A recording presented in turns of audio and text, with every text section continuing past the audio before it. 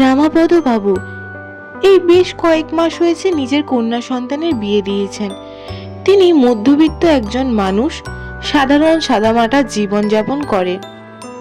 তবে মেয়ের শ্বশুরবাড়ি বেশ খানিকটা দূরে, তাই মন চাইলেও প্রত্যেকদিন যেতে আসতে পারে না। জানো তো, মেয়েটারে কয়েক মাস দেখিনি তো, তাই মনটা কেমন করে গো। হ্যাঁ গো, তুমি ঠিকই বলেছ। মেয়েটার জন্য তো মন কেমন করে গো।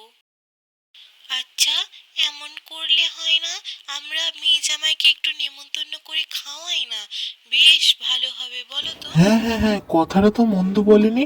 যাই যাই, আজকে বরং আমি নেমন্তন্ন করে আসি জামাই বাবু জীবনকে, বেশ পেট পুড়ে খাওয়াবো। বিয়ের পর থেকে তো সেমনি তো আসেনি মেয়ে জামাই। তবে জানো তো, শুনেছি জামাই বাবাজি নাকি একটু বেশি খায়। মানে বলে অনেকে নাকি একটা আস্ত পাঁঠাও খেয়ে ফেলবে, সেই রকম নাকি আমাদের জামাই। তো কি জানি না বাবু, যাই হোক একমাত্র মেয়ে জামাই তো, নিমন্ত্রণ তো করতেই হবে। তাই বলি কি, কাল সকাল সকাল গিয়ে বেশ বাজার করে আনবে, বুঝলে তো? যে মাছ মাংস মিষ্টি কোনো কিছুর যেন কমতি না হয়। হ্যাঁ হ্যাঁ, সেই নিয়ে তুমি চিন্তা করো না গো, আমি সকাল সকাল গিয়ে বাজার খানা করে আসবো। আমি বড় যাই নেমন্তন্ন করে আসি। জামাই বাবা জীবন সকাল সকাল আসবে বলেছে, সাথে মেয়েও আসবে। যাই, বেশ ভালো করে বাজার করে আসি, আর তারপরে সেগুলোকে বলবো গিন্নিকে ভালোভাবে রান্না করে জামাই বাবাজিকে খাওয়াতে। জল খাবারে তো কচুরি, সবজি, সেসব তো গিন্নি রান্না করছে, তার সাথে মন্ডা মিঠাই সব রয়েছে। আজকে দুপুরে বাজারে বরং বড় দেখে ইলিশ মাছ, খাসির মাংস, তার সাথে একটা গোটা মুরগির মাংস নিয়ে আসবো। এই মাছ নিয়ে যান, মাছ, বড় বড় মাছ, টাটকা টাটকা মাছ। কি হে বাবু, মাছ নেবেন নাকি? টাটকা টাটকা বড় বড় মাছ রয়েছে।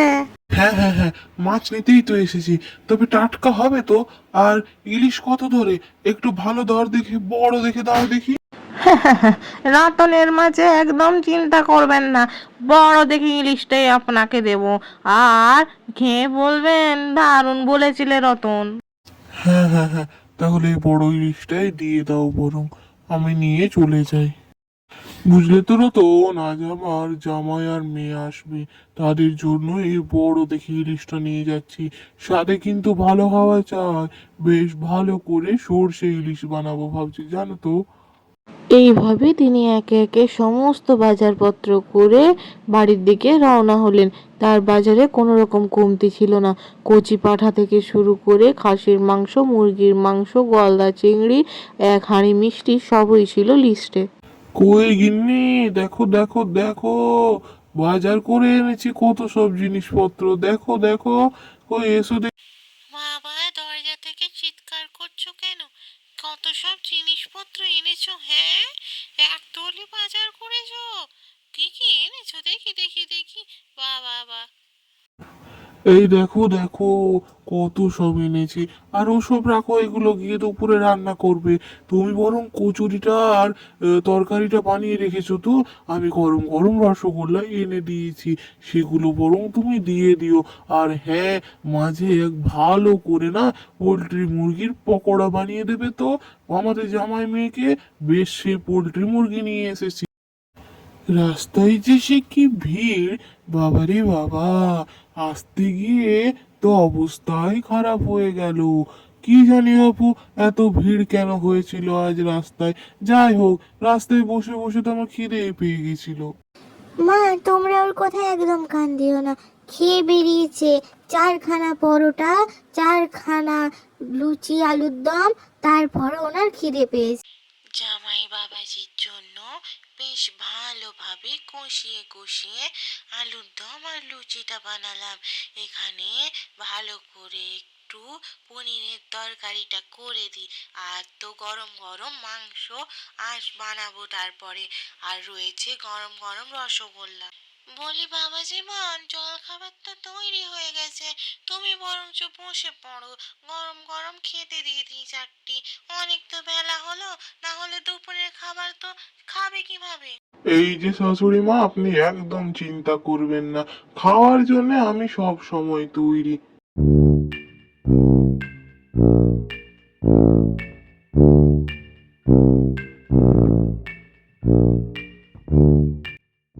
কই জল খাবারটা আনতে এত দেরি হচ্ছে কেন? নিশ্চয়ই শাশুড়ি মা অনেক কিছু রান্না করেছে। বাবা বা পেট পুরে খাবো, সে সকালের খাবার কি আর পেটের মধ্যে থাকে নাকি? যাই যাই ঝটপট করে খেয়ে নেবো আজকে। এই যে বাবা জীবন, নিয়ে চলে এসছি লুচি, সবজি, পায়েস, তার সাথে রয়েছে গরম গরম রসগোল্লা। তোমার শ্বশুর মশাই কি আজকে তো নিয়ে এলেন। বাবা, ভালো তো সুগন্ধ আসছে, মনে হয় রান্নাগুলো বেশ ভালো হয়েছে। তবে আপনি চিন্তা করবেন না, এই সব কিছু শেষ হয়ে যাবে।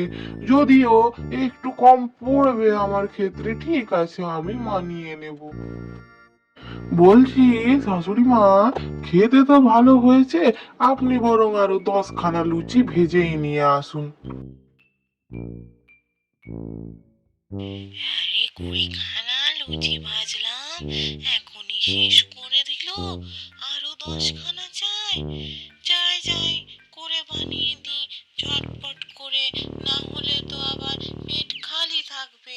শুনেছি বাবা বাবা জীবনের নাকি পেট খালি থাকলে মাথা গরম হয়ে কই যায়। শাশুড়ি মা, আপনি 10খানা লুচি ভাজছেন না 100খানা?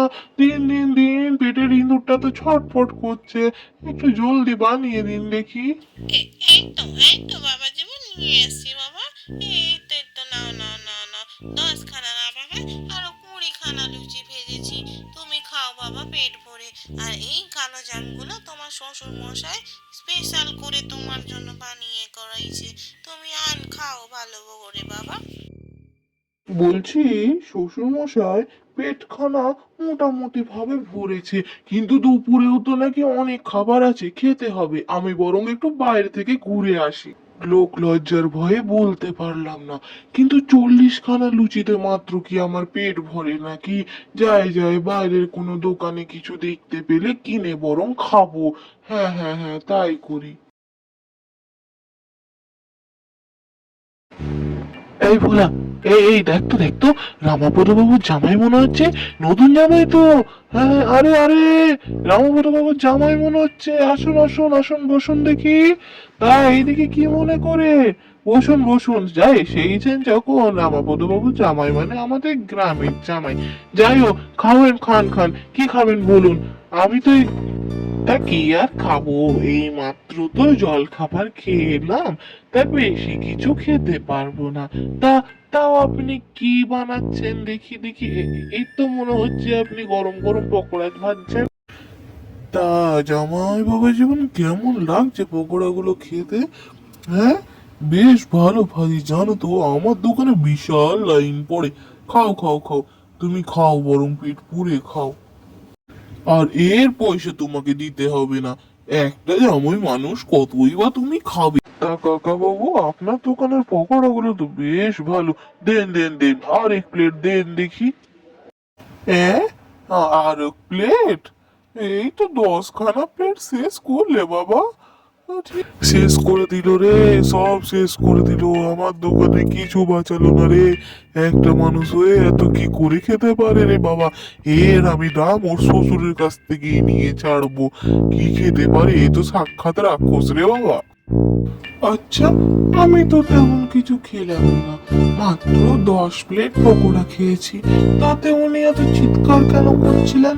তাছাড়া উনিই তো বললেন খাও বাবা জীবন, সব তো ফ্রিতে, তো তাই তো করলাম, তাও কেন রেগে গেল? ইস্যু ইস্যু, এতক্ষণে তোমার আসার সময় হলো। আমি সব খবর পেয়েছি তুমি কোথায় ছিলে। আরে পকোড়া কাকু নাকি বাড়িতে নালিশ করতে এসেছিল, তুমি নাকি দোকান শুদ্ধ খেয়ে ফেলেছো। এই বউ, জানো তো, আমি আগেই বুঝেছিলাম ওই কাকুটাই ভালো নয়। প্রথমে বললো ফ্রিতে খাও, একটা মানুষ কত খাবে, তারপরে নাকি এরকম চিৎকার করছে, এখন শুনছি নালিশ করছে। এ কিন্তু ঠিক নয়, এ কিন্তু ঠিক হলো না আমার সাথে। আরে শোনো, আমি বলছি কি, তুমি বিকেলের মধ্যে গিয়ে ওই পকোড়ার বিলটা মিটিয়ে এসো। বলছে নাকি দেদার বিল হয়েছে। যাই হোক, দুপুরের জন্য কিন্তু অনেকখানি পাঁঠার মাংস রান্না করেছি। বাবা জীবনে জানি না বাবু পেট ভরবে কিনা, কিন্তু যাই হোক, একমাত্র জামাই তো। না না না, আমাদের জামাইয়ের কোনো দোষ নেই। ওই বেটা দোকানদারি ফ্রড বাজ আছে, চিটিং বাজ আছে। হ্যাঁ, যা একটা মানুষ কি দোকান শুদ্ধ খেতে পারে নাকি? আবার বলে নাকি 10 প্লেট পকোড়া। মিথ্যে কথা বলছে, নিশ্চয়ই মিথ্যে কথা বলছে। আমার জামাই এমন হতে পারে না। তুমি বরং ভালো করে পাঁঠার মাংসটা রান্না করো, আর হ্যাঁ, কলদা চিংড়িটাও রেঁধো ভালো করে। শাশুড়ি মা, কি যে ভালো রান্না করেছেন মা! বাহ বাহ বাহ, বেশ ভালো লাগছে খেতে। তাছাড়া জানেন তো, সে কখন খেয়েছি, পেটে তো ইঁদুর দৌড়াচ্ছে। খাও বাবা খাও, তোমার জন্যই তো বাবা জীবন সমস্ত রান্না করেছি। তুমি পেট পুরে বরং খাও। হ্যাঁ, লজ্জা করো না কিন্তু, তুমি বরং চেয়ে নিও বরং আমার কাছে। এবার তো খাওয়া দেখে বুঝতে পারছি পকোড়ার দোকানদার কোনো ভুল কথা বলেনি।